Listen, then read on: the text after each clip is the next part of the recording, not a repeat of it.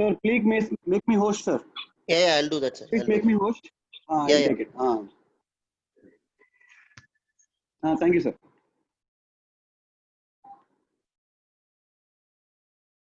Good morning, children. If you are here, kindly respond on the chat. Say hi, hello, good morning, something.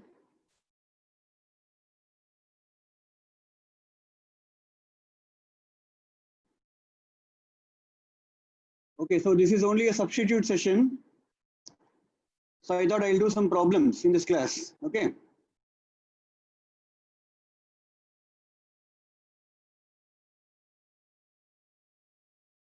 So we'll do some problems in this class.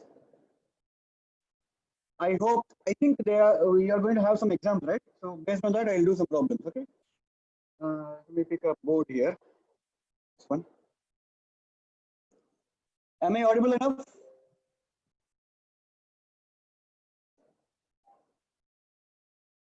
Okay, thank you.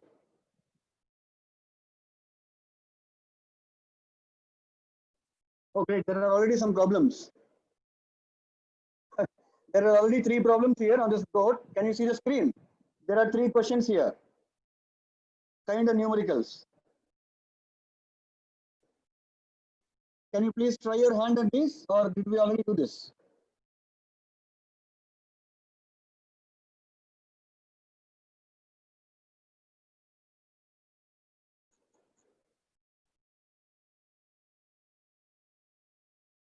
We already did this. Okay, good. I think we already did this. I think for you only I did.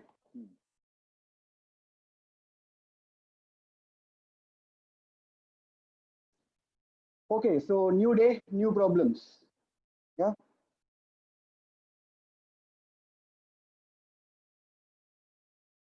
Question 1. I'm closing the chat now. Kindly look at the screen. Have your pen and paper ready. As I write the problem, you may copy the question. That's your wish, but I need the answer only. Okay, so you better copy the question. I may change the slide later.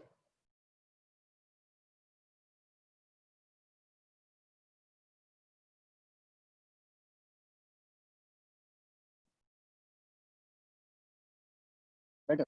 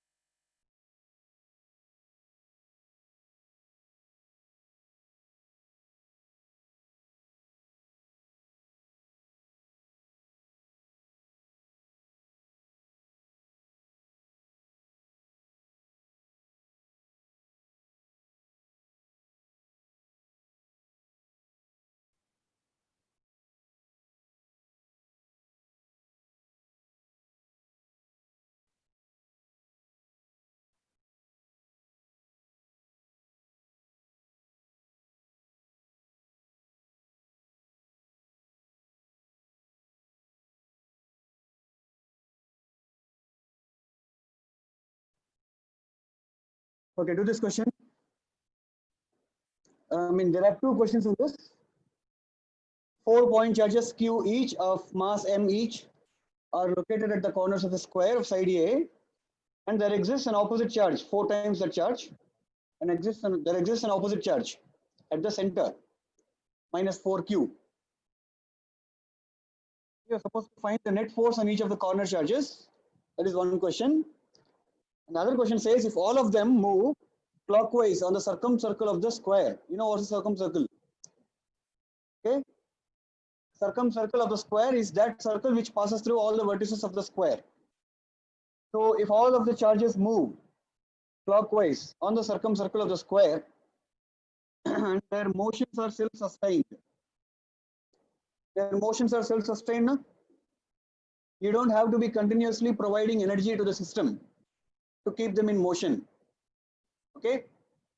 The system itself sustains the motion of all the 4 charges. Okay, with what speed should they be moving at? That question seems to be lacking in data, but actually it has enough data.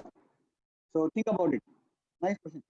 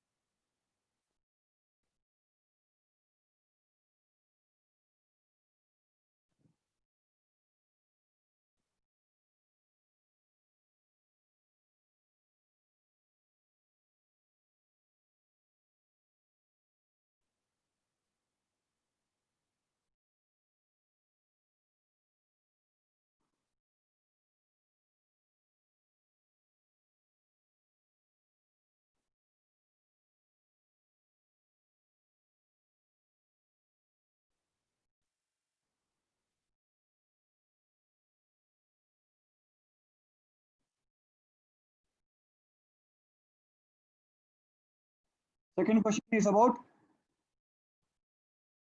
dielectric constants and capacitances. Try that.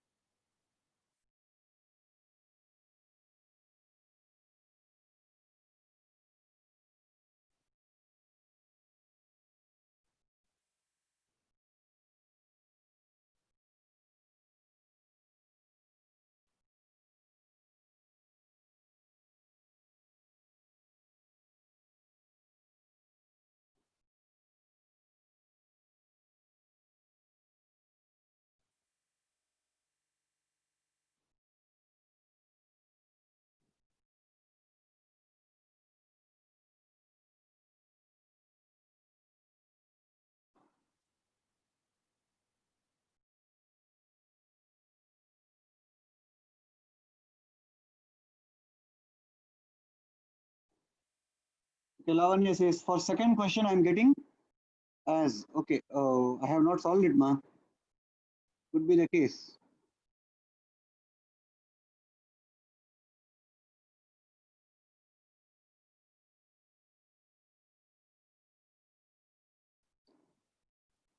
Lavanya, in that expression, K1 into K2 plus K3 divided by K1 plus K2 plus K3. You wrote that expression, no? In that expression, you're not getting any K1 by 2 or 2K1 or something like that, because K2, K3, K1, all three capacitors are not same size. K2, K3 are same size, but K1 is different, no? So maybe I'm having a doubt there. I did not solve it. Just by looking at your expression, I think I have a doubt. Please cross check again. Anirudh asks,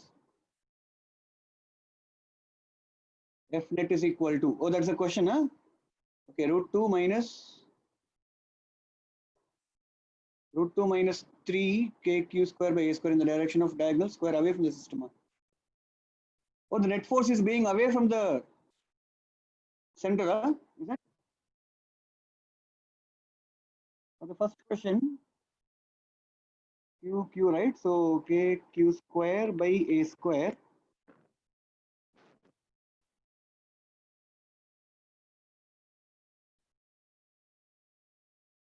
into root 2 plus 1 by 2. Kq square by a square into root 2 plus 1 by 2. This is the away force. And the towards force is 4kq square by a square by 2 minus. Anirudh, your answer is wrong for the first question.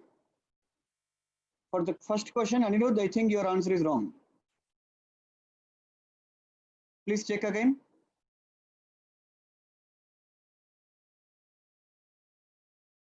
I mean, where are you getting 3 at all? First of all, where are you getting 3?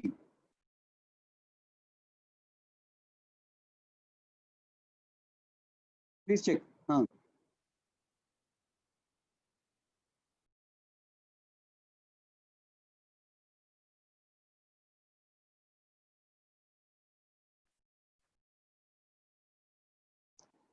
The charge in the center is not Q, it is 4Q.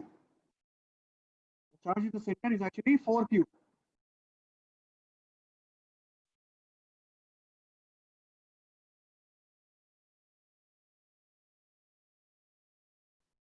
Second question you have been asking, no?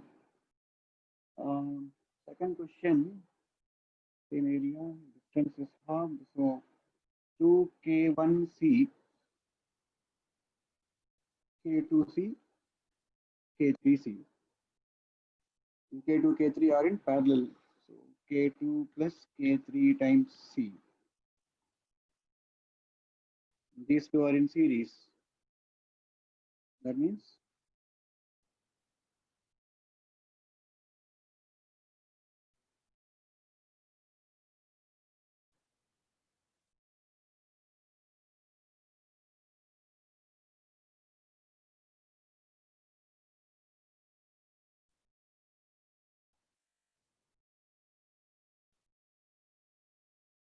okay, so this is the ultimate capacitance. Okay, I understood. I think Lavanya, no, I think you got it right only. Because I have given it as the final capacitance, I have given it as 2C. I think that's why that 2 got cancelled. Is it not, Lavanya?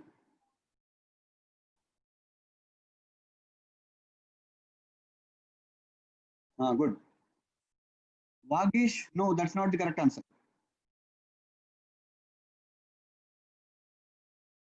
Okay, this here is the final capacitance. This here is the final capacitance of the second question. And that is given as 2C. The 2C's get cancelled here. Okay, giving you the relation between these three as K1 into K2 plus K3 is equal to 2K1 plus K2 plus K3. Lavanya, in your answer also, you forgot this 2 here. This 2K1, you did not write, I think.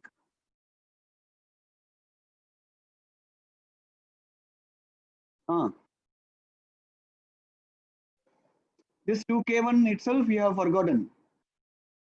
This 2 you did not write. Yeah.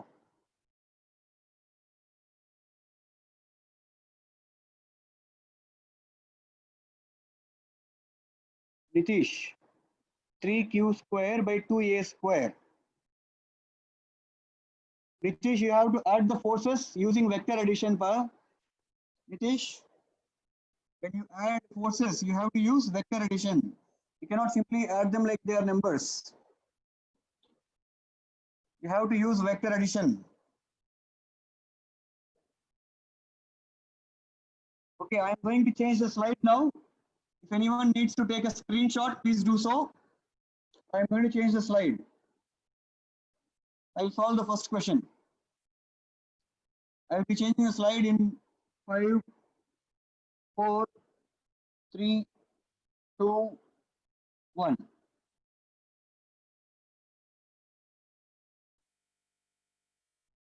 The first question says that there is a square and there are 4 point charges, positive charges at the corners of the square.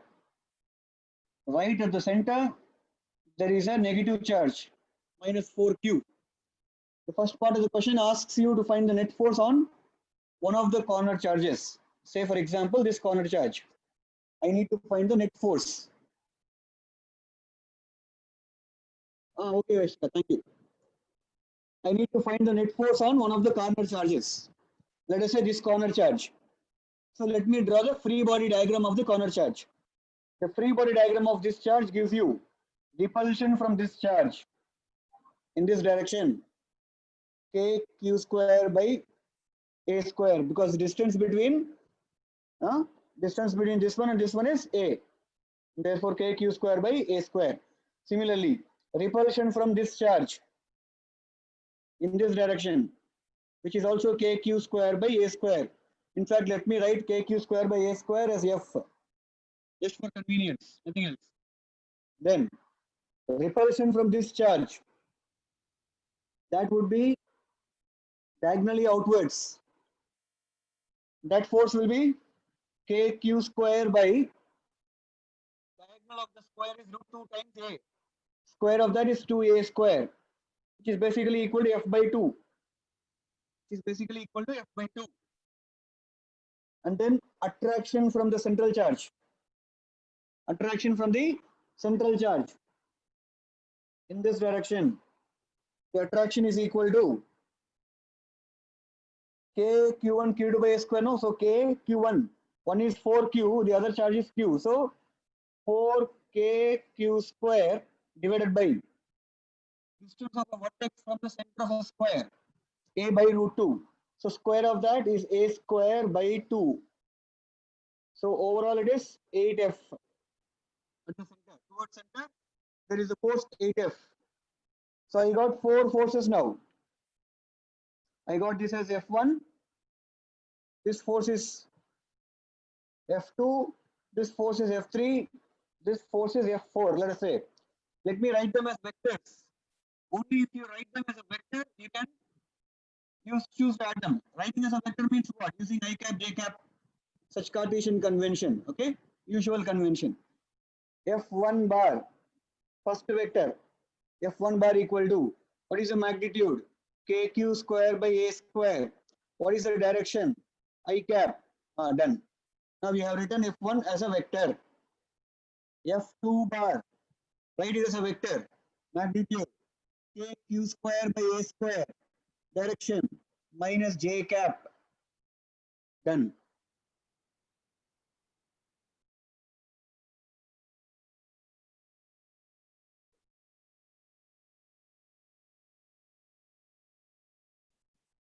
Okay, F1 bar and F2 bar we have written them as vectors using the sign convention I cap j cap.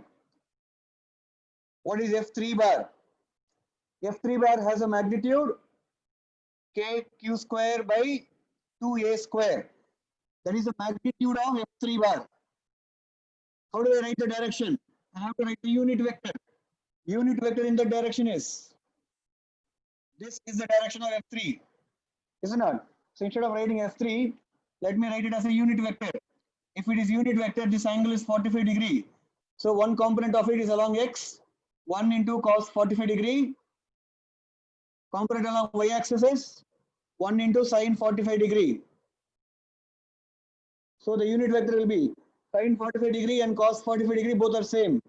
So unit vector will be 1 by root 2 I cap minus 1 by root 2 j cap. That is the direction of F3 bar. Understood? No. This is the magnitude of F3 bar. This is the direction of F3 bar. You multiply that, you get the vector. Similarly, F4 bar equal to fourth vector F4 bar. Its magnitude 8k q square by a square into direction. Direction is it is in the second quadrant, meaning x component is negative, y component is positive. So it would be minus 1 by root 2 I cap plus 1 by root 2 j cap. This only works with 45 degree. If the angle is different, you may have to find differently. Okay, the unit vector will look differently there. So these are the four forces acting on one of the corner charges. These are the four forces. So what is the net force? F net bar is equal to, what is the net force? Add all the forces there. When you add all of them, make sure you are combining I cap components together and j cap components together. So when you do that, I cap into what do you have? K q square by a square. Then plus k q square by 2 root 2 a square. This is from F3 because F2 does not have any I component. Then from F4 minus 4 root 2 k q square by a square. Why 4 root 2 I am writing? Or you could write it as 8 by root 2, no issues at all. I don't have a problem. You could still write it as 8 by root 2 kq square by a square. This is for I cap. Okay. And then for j cap. For j cap, see what you get. Minus j cap into kq square by a square. So similar to this. Minus j cap into kq square by 2 root 2 a square. Which means similar to this, but minus. Minus like again plus 8 by root 2 kq square by a square into j cap. Plus of that. Which means minus of this. So which means for j cap also you will get the same coefficient with a minus sign. So I'll take that also as common. I'll say it as I cap minus j cap. So basically I have skipped 2 or 3 steps here. That is all I did. Okay, so don't wonder how I got here. Try to add them term by term and then take common terms out and see what you get. Okay. Try to arrive at this point. Kq square by a square. In fact, if I take 2 root 2 as outside, 2 root 2 outside, kq square by 2 root 2 a square, we take it as common. What do you get? The first term you get 2 root 2. The second term you get 1. The third term you get minus 16 into I cap minus j cap. Okay. This is the net force acting on one of the corner charges, but as a vector. So what is the magnitude of this? Magnitude of this net force is equal to magnitude means just write the values kq square by 2a square into 2 root 2 plus 1 minus 16. I can write it as minus 15. Kq square by 2a square into 2 root 2 minus 15. The magnitude of I cap minus j cap is root 2. Magnitude of I cap minus j cap is root 2. That root 2 gets cancelled with this root 2. That is why I did not write it here. Understood now? Magnitude of I cap minus j cap is root 2. That gets cancelled with root 2. So I did not write kq square by 2a square into 2 root 2 minus 15.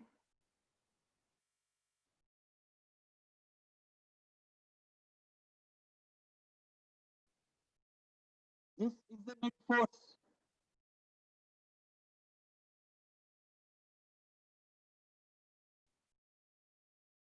Okay.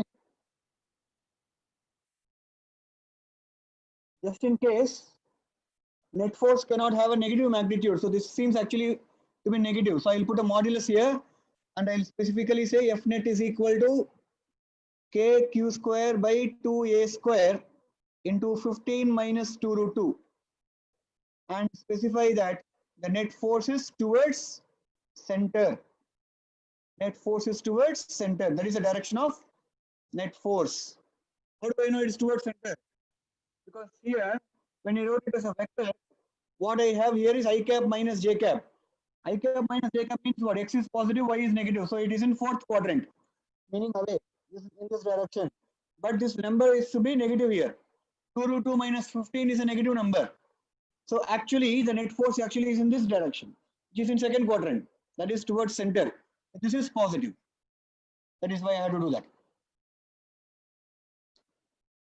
Okay, Apple asks how I minus j is root 2. I cannot tell you that now. It's too late. 11th standard concept. Magnitude of I cap minus j cap. You don't know how to do? The magnitude of ai cap plus bj cap plus ck cap is equal to root of a square plus b square plus c square.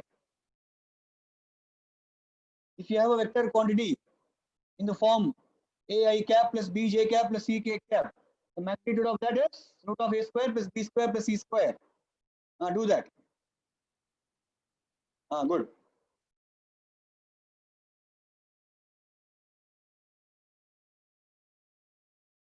Okay, that is one half of the question only. That's only first part of the question.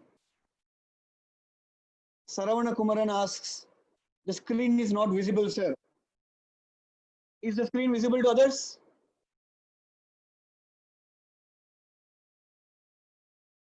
In that case, Saravana Kumaran, for others the screen is visible. So there is a problem on your side only.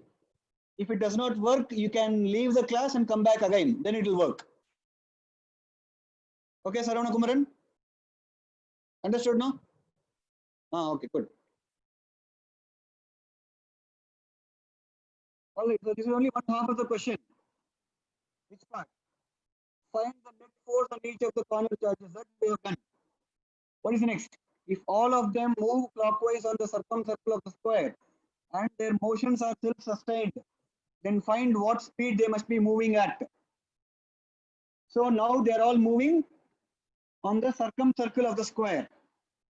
If this is a square, circumcircle will basically look like this. And all those charges are going to move in the clockwise direction. Let us say with the speed v, we have to measure or calculate that value v. As they move on the circumcircle, their motions are self-sustained. It means the circular motion of this charge q. See, circular motion needs what force? Tell me in the chat. Circular motion needs what force? Which force does it need?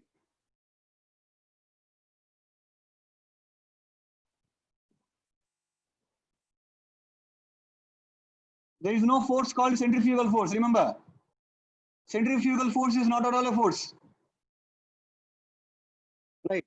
For circular motion, the force needed is called centripetal force. And it is needed in the direction towards the center. So whatever force is acting on an object towards center of a circle, we will try to provide for its circular motion. Do we have a force acting on the charge towards center? Yes, we have.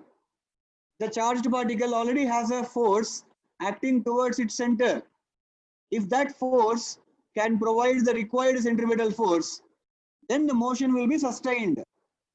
Because it is a symmetric system, all the four corner charges will have the same amount of force towards center. So you could say equate that force. Net force on the charge q is equated to centripetal force, required force. So you say kq square by 2a square, okay, into 15 minus 2 root 2 is equal to, this is the available force on corner charge. The required force on corner charge for circular motion is centripetal force, which is given by mv square by r. mv square by r. the radius of the circle is nothing but this length. Radius of the circle is nothing but that length r. And we already seen r is equal to a by root 2. Half of the diagonal. R is equal to a by root 2. Substitute it there. Okay. You'll basically get, instead of r, I can write a by root 2. Root 2 goes to the numerator. Okay. So you can send root 2 to the other side. You have to find value of v only. So one of the a's get cancelled. Root 2 goes to the denominator of left hand side. M also goes to the denominator there. Upon v is equal to aq square by 2 root 2 m into 15 minus, sorry, there is a also. M into a, okay, into 15 minus 2 root 2. This whole thing under square root. So that is the speed with which each charged particle should move on the circle. That is the speed with which each charged particle should move on the circle. All charges in the same direction, so that their motions are self-sustained. So that their motions are self-sustained. Understood now? All charges will exert the force on. Ma is not force. What is A there? Sindhil.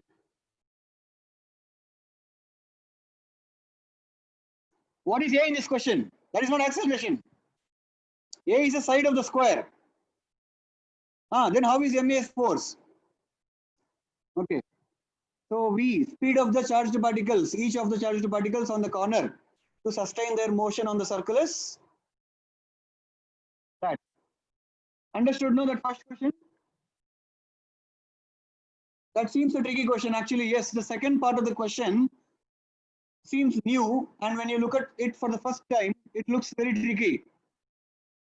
Almost feels like there is no clue at all. But yes, if the motion of a charged motion of any particle on a circle needs to be sustained, it means that whatever force is acting on the particle towards the center of the circle must provide for its circular motion. That is all. That is the idea of that question. Okay. So this is first answer. Second answer.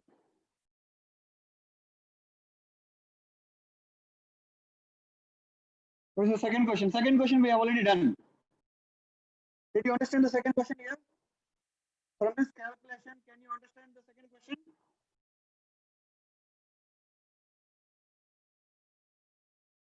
Root 2 should get multiplied with net force. Em Pradyumna, why do you think so?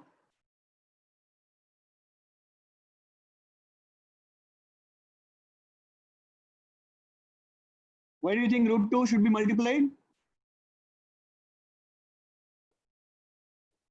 Pradyumna, why do you think root 2 should be multiplied to the net force?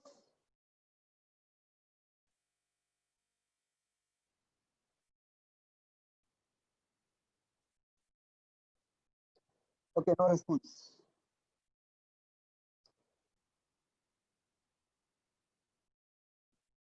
Now in the second question, were you able to understand this work or should it be explained?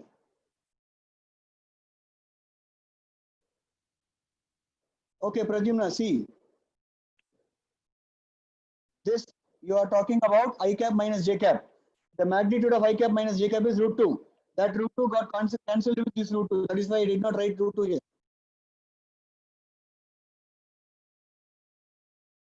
Understood now? Pradyumna? Okay, no issues. Don't say sorry and all, just solve. Okay, so second question is understood. If you did not understand, you have to tell me. Many of you are saying understood, sir. I don't want that. I want, if anybody did not understand, I want that only.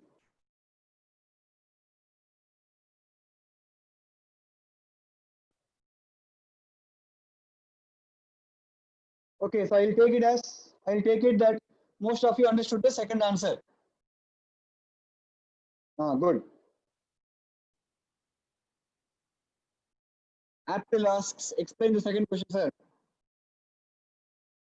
Second question, the capacitance of a parallel plate capacitor is epsilon naught A by D. When a dielectric is filled between its plates, the capacitance becomes K times epsilon naught A by D. That is the idea. Okay. And now what we have here, the original parallel plate capacitor is now split into three parts. Kind of.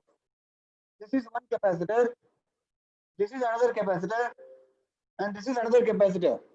Okay.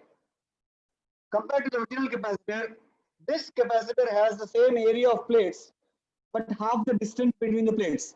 So same area, half the plate separation.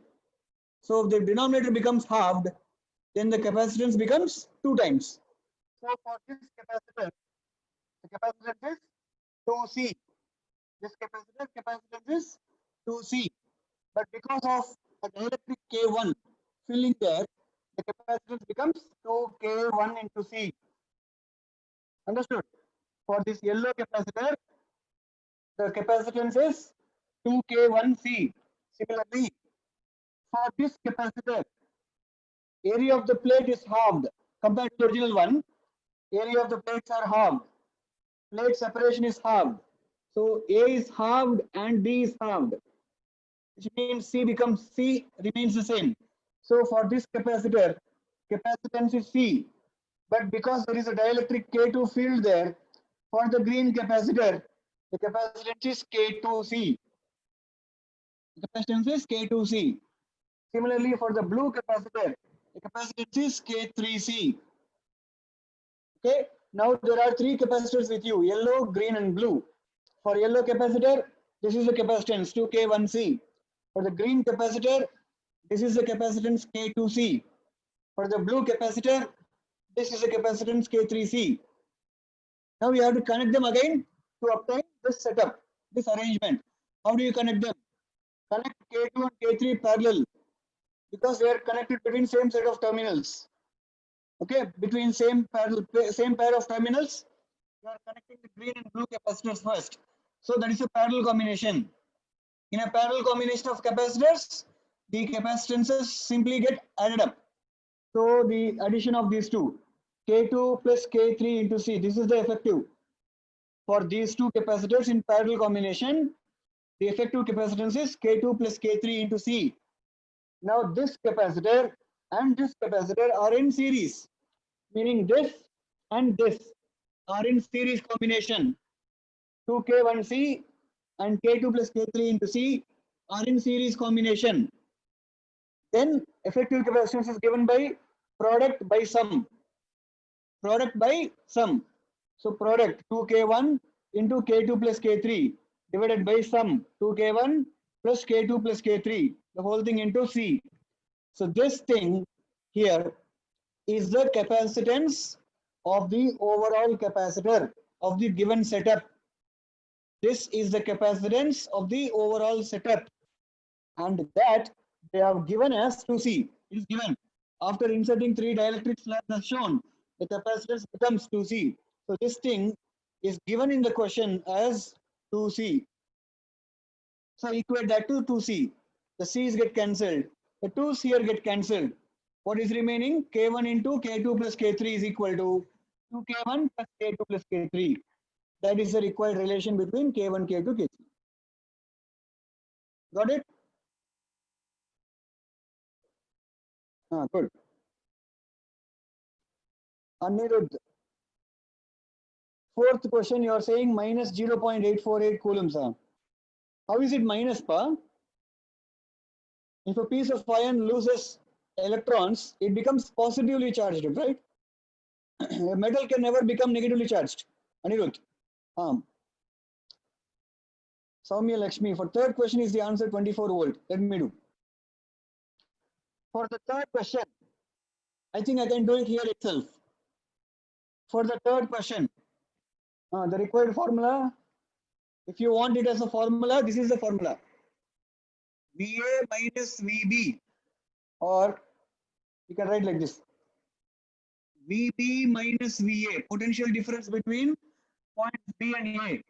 VB minus VA is equal to work done in moving Q charge from A to B divided by Q. That's all. This is the definition of potential difference. Potential difference between 2 points is defined as the work done in moving a point charge, unit positive charge, from one point to another. Okay, so look at the direction here clearly. Specifically, you have to do this. VB minus VA is equal to work done in moving Q charge from A to B divided by Q. So just use it here.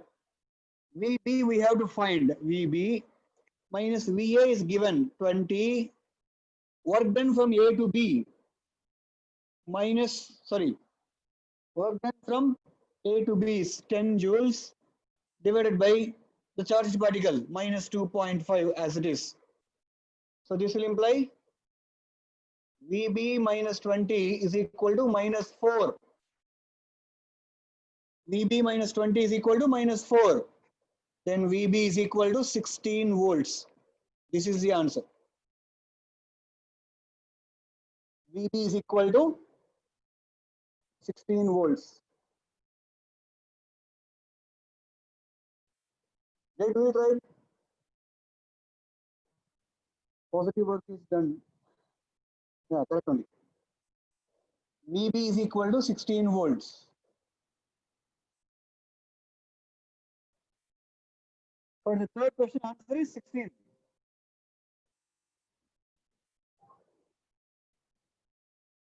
For the third question, answer is 16.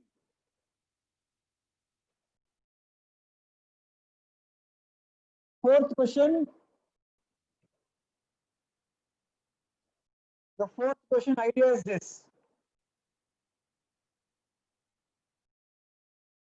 Fourth question answer. Okay. A piece of iron weighing 280 milligrams loses 0.01% of its electrons. What is the charge acquired by it?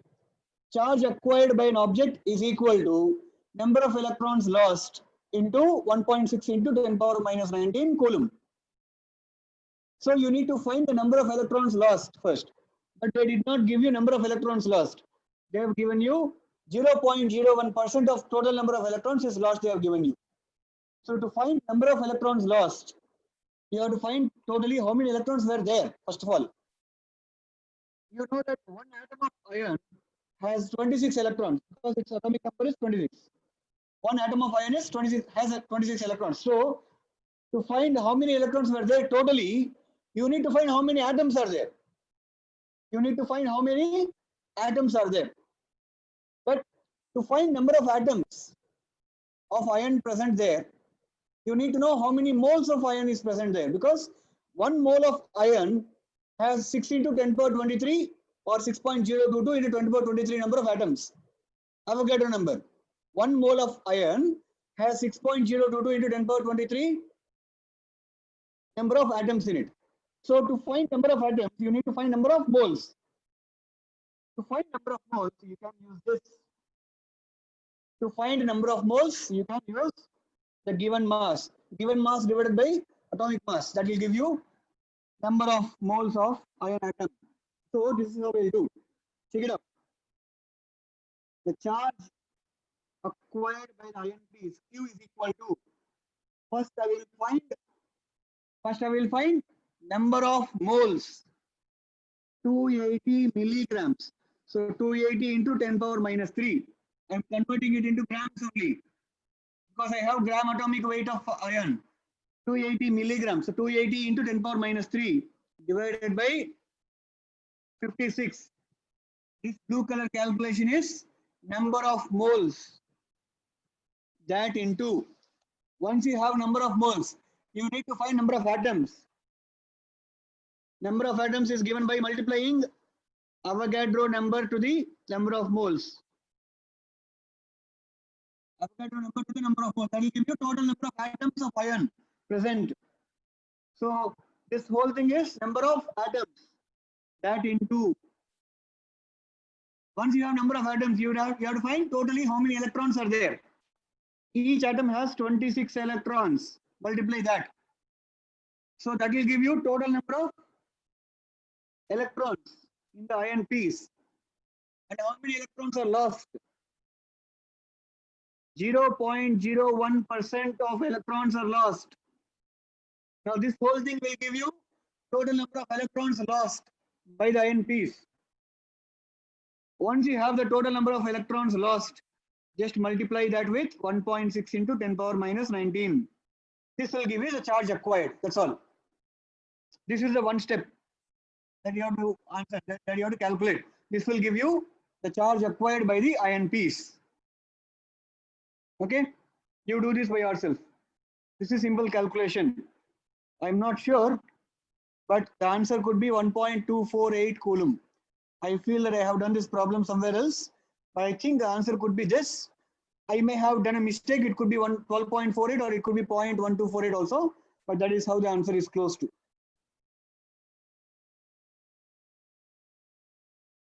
Okay, so those are the answers for the 4 questions. Okay, so anyway, see you guys, I have already taken more time. See you. Bye. I am ending the session for all. Or should I end or what?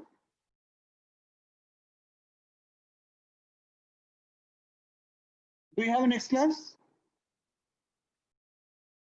Okay, then I'll end the session for all. Bye.